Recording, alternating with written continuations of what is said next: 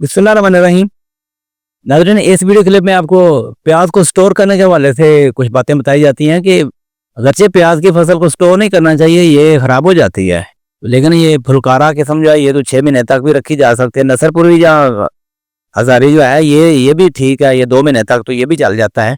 लेकिन हाइब्रिड अक़साम या काफ़ी मोटे मोटे प्याज और स्वात वन ये जो है ना, इनको एक दो हफ्ते से ज़्यादा इनको नहीं रखा जा सकता। तो एक तो अक़साम का फ़र्क है। दूसरा ये है कि स्टोरेज के दौरान जो है ना, शेल्फ लाइफ बढ़ाने के लिए एक जैसा पकना होना ज़रूरी है। खुसूसन पोटाश का वाफर इस्तेमाल किया गया हो ना, जिस खेत में पोटाश और बोरान दोनों इस्तेमाल किए गए हो, वहाँ पे पकाई बड़ी यूनिफॉर्म होती है। सारे प्याजों की गर्दन एक ही टाइम में 2-4 दिन के अंदर अंदर ही गर्दन टेढ़ी हो जाती है, वो पकाई यकसा होती है।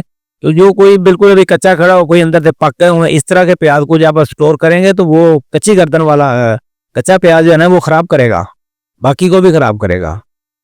तो इसकी पटाई जो है ना ये अच्छी तरह पकने पर करनी चाहिए। गर्दनें जब इसकी पत्ते जो है ना गिर जाए ना, एक तरफ को झुक जाए, तब पटाई की जाए। बल्कि मोटी गर्दन वाले प्याज जो है ना, जब उनकी कटाई करनी है तो कटाई उनकी अलग करके उनको या तो अलग कर दिया जाए। कच्चे प्याजों को स्टोर ही नहीं करना चाहिए। फुलकारा और नसरपुरी तो कुछ अर्सा के लिए रखे भी जा सकते हैं, लेकिन याद रखें कि जिन्होंने ज़्यादा नमी वाला प्याज है ना, जिन्होंने ज़्यादा आपाशियाँ की हुई हैं या गीले गीले बत्तर में से उखाड़ा हुआ प्याज, उसको नहीं स्टोर करना चाहिए।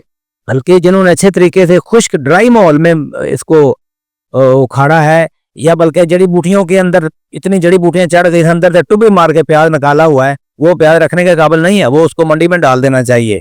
क्योंकि जड़ी ऐसे जो मरतूब माहौल में प्याज परवान चढ़ता है ना, वो जल्दी ख़राब हो जाता है।